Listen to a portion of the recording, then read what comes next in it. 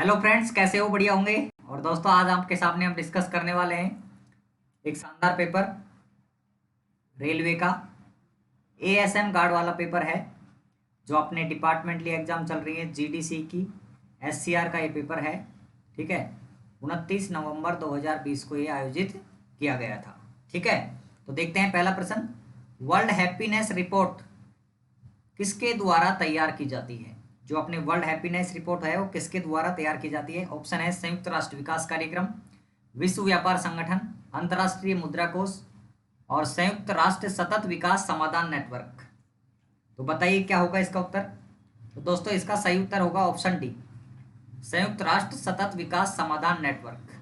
ठीक है, United nation sustainable development solution network. Friends, जो ये रिपोर्ट है वर्ल्ड हैप्पीनेस रिपोर्ट, ये हर साल जारी की जाती है और 2020 के अंदर ये जारी की गई थी। तो 2020 में इसमें जो पहली रैंक पर आया था वो था फिनलैंड। कौन सा कंट्री था?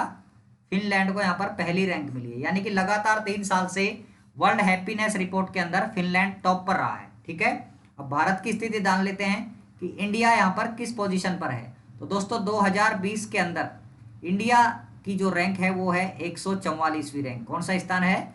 144वां, 144 रैंक है यहाँ पर। अगर 2019 की बात करके चले तो भारत की रैंक थी 140वीं। कौन सी थी? 140वां स्थान था। और 2018 की बात करके चले तो भारत का स्थान था 133वां। कहने का मतलब है लगातार वर्ल्ड हैप्पीनेस रिपोर्ट में भारत पिछड़ता जा रहा है। चलो खैर, कोई बात नहीं। चल नेक्स्ट क्वेश्चन देखते हैं। वातावरण में नाइट्रोजन का संयोजन है। भाई, वातावरण में नाइट्रोजन कितना प्रतिशत है यार? सब दुनिया जानती है। कितना है भाई? 78% है। 78% नाइट्रोजन है। बिल्कुल पॉपुलर क्वेश्चन है, सभी इसको जानते हैं। चलो भाई, नेक्स्ट क्वेश्चन देखते हैं। Question number 3। राष्ट्रमंडल खेलों का पहला आयोजन कहाँ हुआ था? चीन, इंग्लैंड, भारत या कनाडा? बताइए। तो क्या हो सकता है इसका उत्तर? भारत है या कनाडा? जल्दी से बताइए। तो दोस्तों, इसका सही उत्तर होगा कनाडा। क्या होगा? कनाडा। पहले जो राष्ट्रमंडल खेल हुए थे, राष्ट्रमंडल खेल का मतलब कॉमनवेल्थ गेम। कौन से? Commonwealth game. ठीक है, कॉमनवेल्थ गेम सबसे पहले 1930 के अंदर कहाँ आयोजित हुए थे? कनाडा में आयोजित हुए थे। ठीक है, प्रथम एशियाई खेल आ जाए तो भारत में भाई, दिल्ली में 1991 में। बिल्कुल सही बात है, लेकिन यहाँ राष्ट्रमंडल खेलों की बात कर रहा है तो कनाडा आपको कर देना है। ठीक है, पहली बार कनाडा में हुए थे 1930 के अंदर। और अभी लास्ट जो खेल हुए थे 21वें, वो 2018 में कहाँ हुए थे? ऑस्ट्रेलिया के अंदर हुए थे, गोल्ड कोस्ट में। कहाँ हुए थे? Gold Coast, Australia. ठीक है, अब कब होंगे 22वें राष्ट्रमंडल खेल? 2022 में होंगे, क्योंकि 4 साल में होते हैं। तो ये होंगे दोस्तों बर्मिंघम, इंग्लैंड के अंदर होंगे। कहाँ होंगे? इंग्लैंड में। ये भी आपको याद रखना है कि 2022 में जो आगामी राष्ट्रमंडल खेल है वो कहाँ होंगे? बर्मिंघम, इंग्लैंड के अंदर होंगे। यहाँ तक आपको कोई प्रॉब्लम नहीं आनी चाहिए। दोस्तों, आपको ये भी याद रखना है कि राष्ट्रमंडल खेलों का आयोजन भारत भी कर चुका है 2010 के अंदर। भारत भी राष्ट्रमंडल खेलों का आयोजन कर चुका है 2010 के अंदर। कहाँ पर? दिल्ली के अंदर। हमने मेजबानी की थी, होस्ट कर चुके हैं दिल्ली में पहली बार। ठीक है, और भारत ने पहली बार कॉमनवेल्थ में जब हिस्सा लिया था, यानी कि 1930 में स्टार्ट हुए थे, और पहली बार भारत ने भाग लिया था 1934 के अंदर। यानी कि पहली बार जो आयोजन हुआ था उसमें भारत ने भाग नहीं लिया, और दूसरी बार 1934 में यहाँ पर राष्ट्रमंडल खेलों में भारत ने पहली बार भाग लिया था, और एक मेडल हमने जीता था, ब्रॉन्ज मेडल। 12वें स्थान पर रहे थे। चलो नेक्स्ट क्वेश्चन देखते हैं। केवल महत्वपूर्ण परिच्छेदों पर चर्चा की जाएगी, वोटिंग और अन्य अंतस्थ परिच्छेदों को छोड़ दिया गया है और उन्हें पारित माना जाएगा। यह कथन किस प्रकार के समापन प्रस्ताव को परिभाषित करता है? तो ये पॉलिटी का क्वेश्चन है दोस्तों। ये जो प्रस्ताव है मेरे हिसाब से कटौती प्रस्ताव की श्रेणी में आता है, और कटौती प्रस्ताव की जब अगर बात करके चले तो ये कंगारू समापन माना जाता है। ये कंगारू समापन माना जाता है। कंगारू समापन में क्या होता है? केवल महत्वपूर्ण जो परिच्छेद है उन पर चर्चा की जाती है। ठीक है, और जो एक गिलोटिन होता है, इसमें क्या होता है? जो भी विधेयक होता है, संकल्प होता है, उस पर चर्चा नहीं हो पाती है तो उसको मतदान से पहले इसमें चर्चा कर ली जाती है। ठीक है, और साधारण समापन तो नॉर्मली होता है, यानी कि पर्याप्त चर्चा की जा चुकी होती है इस पर, इसकी कोई प्रॉब्लम नहीं है, तो इसका कंगारू समापन हो जाएगा। नेक्स्ट क्वेश्चन देखते हैं।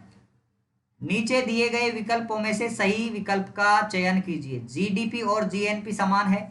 जीडीपी और जीएनपी समान नहीं है। जीडीपी और एनएनपी समान है, और पीपीपी और एनएनपी समान है। क्या होगा इसका उत्तर? जल्दी से बताइए। जीएनपी का मतलब क्या होता है? ग्रोस नेशनल प्रोडक्ट यानी कि सकल राष्ट्रीय उत्पाद होता है, और एनएनपी का मतलब क्या होता है, नेट नेशनल प्रोडक्ट यानी कि शुद्ध राष्ट्रीय उत्पाद।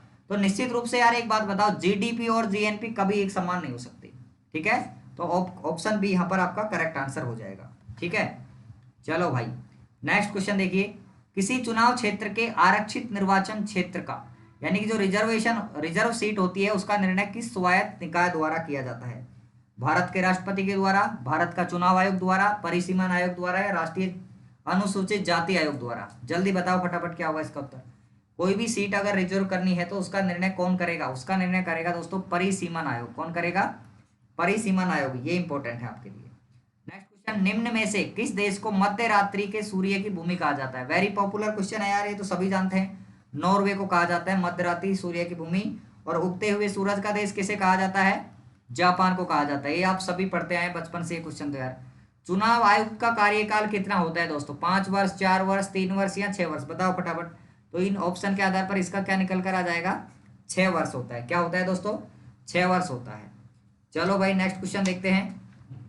क्वेश्चन नंबर 9, निम्न में से किस महाद्वीप को श्वेत महाद्वीप के नाम से जाना जाता है? श्वेत महाद्वीप, व्हाइट कॉन्टिनेंट। बताओ श्वेत महाद्वीप, तो यार ये भी पॉपुलर क्वेश्चन है। क्या होगा इसका आंसर? अंटार्कटिका। बिल्कुल, बर्फ जमी रहती है इसलिए इसको क्या कहा जाता है? श्वेत महाद्वीप कहा जाता है। ये इसकी क्वालिटी थोड़ी कम आ रही है यार पेपर की, क्योंकि किसी फ्रेंड के द्वारा मंगाया गया था व्हाट्सएप पे, फिर इसमें क्या पीडीएफ वीडियो बनाई तो ये मामला धुंधला हो गया। लेकिन कोई बात नहीं, हमें तो प्रश्न समझ में आ रहे हैं। मैं बोल रहा हूँ सदन का स्थगन किसके द्वारा किया जाता है? जल्दी से बताइए, सदन का स्थगन किसके द्वारा किया जाता है? पीठासीन अधिकारी यानी कि कोई भी जो अध्यक्ष होता है उसके द्वारा स्थगन किया जाता है। चलो भाई, शाहजहानाबाद नामक प्रसिद्ध नगर किसने बसाया? बताओ। शाहजहानाबाद नगर, ये पुरानी दिल्ली वाला जो एरिया है यमुना के तीर पे वो है, तो किसने बसाया होगा? बिल्कुल सिंपल है यार, शाहजहां ने बसाया था, ठीक है। नेक्स्ट क्वेश्चन, किसे लोकसभा में सदन के नेता के रूप में जाना जाता है? यार बहुत बढ़िया क्वेश्चन है यार। सदन का नेता मतलब हाउस का लीडर, तो कौन होता है? आमतौर पर वो प्रधानमंत्री को माना जाता है, ठीक है। एक शर्त यह है कि सदन का नेता बनने के लिए, लोकसभा की बात कर रहा है ना, तो लोकसभा का सदन का नेता बनने के लिए लोकसभा का सदस्य होना जरूरी है, ठीक है। लोकसभा का सदस्य होना जरूरी है। अगर सपोज करो प्रधानमंत्री जो है ना वो लोकसभा का सदस्य नहीं है, अर्थात किसका सदस्य हो? राज्यसभा का सदस्य है। मान लेते हैं पीएम राज्यसभा का सदस्य है, तो उस स्थिति में वो लोकसभा का सदन का नेता नहीं हो सकता, ठीक है।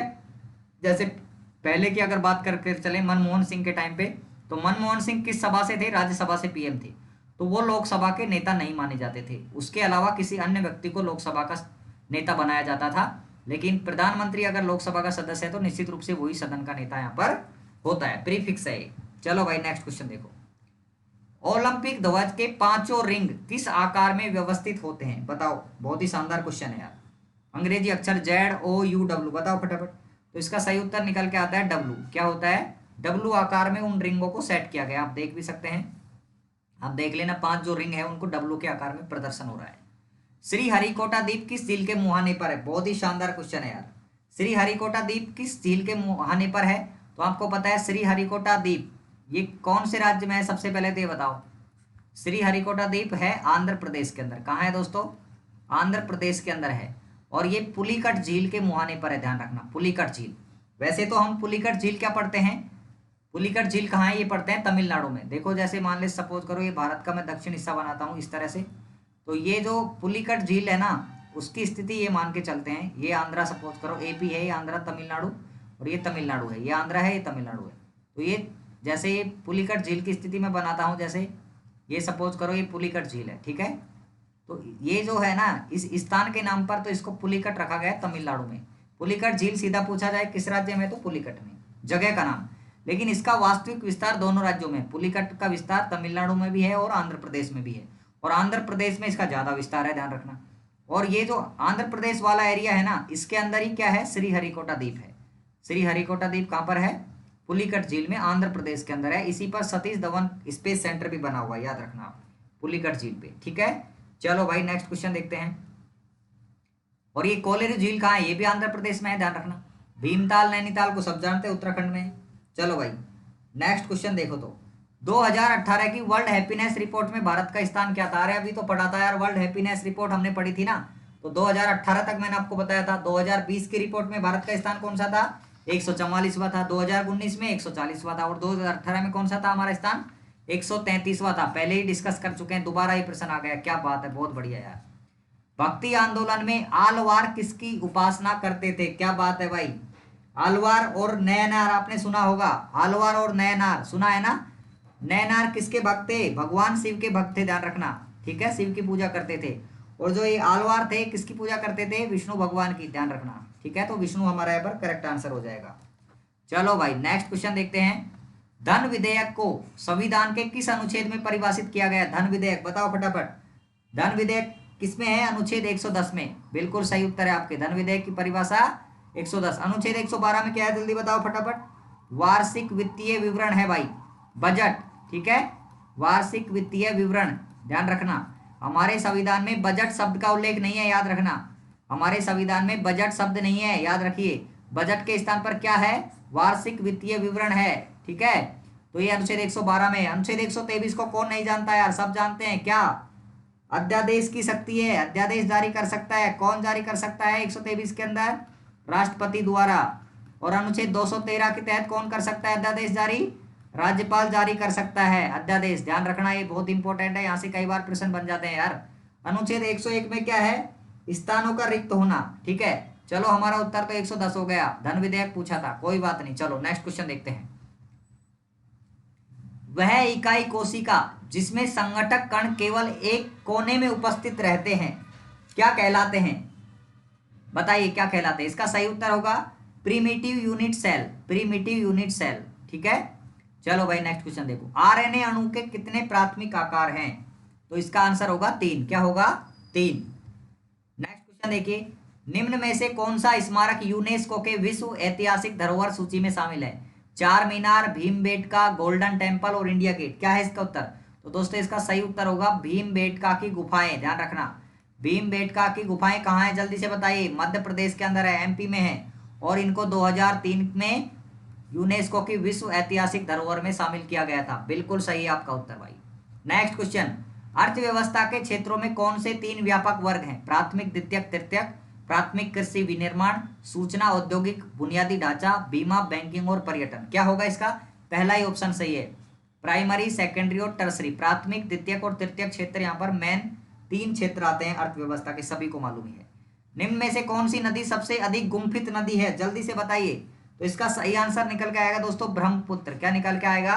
ब्रह्मपुत्र यहाँ पर सही आंसर हो जाएगा। बास्केटबॉल खेल के क्रीड़ा क्षेत्र को क्या कहा जाता है? बास्केटबॉल का मैदान आप सभी जानते हैं कोर्ट कहलाता है, बास्केटबॉल कोर्ट कहलाता है। राज्य विधानमंडल में रिक्त पद के मामले में उपचुनाव कितने अवधि के अंदर हो जाने चाहिए भाई, जल्दी बताओ। तो 6 माह के अंदर उपचुनाव हो जाने चाहिए, बिल्कुल सच है ये, ठीक है। चलो भाई नेक्स्ट क्वेश्चन देखते हैं। पूर्ण स्वराज की का प्रस्ताव कांग्रेस के किस अधिवेशन में पारित किया? बार बार आता है यार, 1929 लाहौर का अधिवेशन। चलो नेक्स्ट क्वेश्चन देखते हैं। समाज के लोगों द्वारा लगाए गए वन किस नाम से जाना जाता है? सामाजिक वानिकी। क्या नाम से जाना जाता है? सामाजिक वानिकी के नाम से जाना जाता है। नेक्स्ट क्वेश्चन देखिए 27वां। फार वृक्ष, भोजपत्र वृक्ष, चीड़ के वृक्ष किस प्रकार के वन में पाए जाते हैं? ज्वारीय वन, मरुस्थलीय वन, उच्च स्थलीय वन या घास की भूमि। तो इसका उत्तर हो जाएगा इस उच्च स्थलीय भूमि हो जाएगा। क्या हो जाएगा? उच्च स्थलीय। ये शंकु आकार वाले होते हैं, ठीक है, उच्च स्थलीय वन हो जाएंगे चीड़, भोजपत्र और फर। प्रत्येक टर्मिनल ब्रोंकियोल बहुत महीन अनियमित भित्ति वाली संवहनी थैली जैसी संरचनाएं उत्पन्न करता है, जिसे क्या कहा जाता है? इसे वायु कोशिका कहा जाता है। क्या कहा जाता है? वायु कोशिका, अल्वियोलाई, ठीक है, इंग्लिश में अल्वियोलाई कहते हैं, हिंदी में क्या बोलते हैं? वायु कोशिका। चलो भाई नेक्स्ट। हमारा ग्रह पृथ्वी निम्न में से किस गैलेक्सी में स्थित है? वेरी सिंपल है यार, सब जानते हैं, आकाशगंगा में है, मिल्की वे, है ना। दिल्ली का आखिरी सुल्तान सबको पता है भाई, कौन है? इब्राहिम लोदी है। इब्राहिम लोदी 1526 के युद्ध में मामला गड़बड़ हो गया बाबर के साथ, है ना, सब जानते हैं इसको, बिल्कुल। नेक्स्ट। निम्न में से किस राज्य में अंबुबाची मेला आयोजित होता है? यार अंबुबाची मेले को कौन नहीं जानता? कामाख्या जो माता का मंदिर है गुवाहाटी के पास, तो गुवाहाटी का नाम आते आपके दिमाग में आ गया, असम में है, बिल्कुल सही है। कावेरी पुंपट्टनम का संबंध किससे है यार? बिल्कुल चोल से है, इसका चोल साम्राज्य से, बिल्कुल सही है आपका आंसर। नेताजी सुभाष चंद्र बोस राष्ट्रीय खेल संस्थान किस राज्य में? पाटियाला पंजाब, पाटियाला पंजाब, बिल्कुल सही आंसर। शक संवत का प्रारंभ? वेरी इजी आ गया, शक संवत, अरे बिल्कुल इजी, 78 ईस्वी के अंदर AD का मतलब ईसवी सन है, ध्यान रखना, ईसवी सन जो अपनी वर्तमान चल रही है। किसने चलाया था? ये कनिष्क ने चलाया था। कनिष्क किस वंश का शासक था? कुषाण वंश का शासक था। 78 ईस्वी में चलाया था। विक्रम संवत तो पहले चलाया था, 57 ईसा पूर्व में चलाया गया था, और ये ईसवी सन में चला गया, याद रखना। चलो भाई नेक्स्ट क्वेश्चन देखिए। हाइड्रोजन परमाणु में 2s 2p या उच्चतर कक्षों में इलेक्ट्रॉन में होता है। दोस्तों इस क्वेश्चन में मैं स्टार लगा रहा हूं क्योंकि इसका मुझे क्लियर आंसर नहीं है, साइंस का क्वेश्चन है। चलो भाई इसको देख लेंगे अपन बाद में, कमेंट बॉक्स में आप कमेंट कर दीजिए देख करके इसका उत्तर। चलो नेक्स्ट देखिए। पूर्वी घाट पश्चिमी घाटों का मिलकर पर्वतीय बंध कहाँ बनते हैं, यानी कि दोनों मिलकर कहाँ मिलते हैं ये लोग, तो इसका आंसर हो जाएगा नीलगिरी। दोनों पर्वत पूर्वी घाट पर्वत और पश्चिमी घाट पर्वत दोनों कहाँ मिलते हैं? ये नीलगिरी की पहाड़ियों पर मिलते हैं, तमिलनाडु में। बिल्कुल सही उत्तर हो जाएगा। निम्न में से कौन सा देश समाजवादी अर्थव्यवस्था का उदाहरण है? समाजवादी अर्थव्यवस्था का उदाहरण पूर्व सोवियत संघ, USSR। हम भी इससे प्रभावित हुए थे। उच्चतम न्यायालय के न्यायाधीश के लिए सेवानिवृत्त आयु, यार कौन नहीं जानता, 65 ईयर्स, है ना। उस्ताद बिस्मिल्लाह खां एक जाने माने शहनाई वादक थे। भिन्न कार्य रेखाओं वाले समान और विपरीत बलों के युग्म को क्या कहा जाता है? तो इसका आंसर क्या होगा बताओ? युग्म बल। बिल्कुल दोस्तों, ये वीडियो अगर पसंद आया तो लाइक शेयर जरूर करें, अपने दोस्तों तक जरूर पहुंचाएं। हमने एक प्रयास किया है कि आपको सही आंसर देने का। 99% सही होने का दावा करते हैं हम, 1% हो सकता है मिस्टेक हो, तो इसकी फाइनल आंसर की तो जो बोर्ड जारी करता है वही मानी जाएगी, लेकिन हमने एक अच्छा प्रयास किया है आपके लिए। तो फ्रेंड्स अपने दोस्तों तक जरूर पहुँचाएँ, और चैनल पर पहली बार विजिट कर रहे हैं तो यार चैनल को सब्सक्राइब करें, ठीक है। हमने आपको GDC का ये पेपर हल करवा दिया बहुत, और ऐसे ही वीडियो में मिलेंगे आगे। तब तक के लिए नमस्कार, बाय बाय।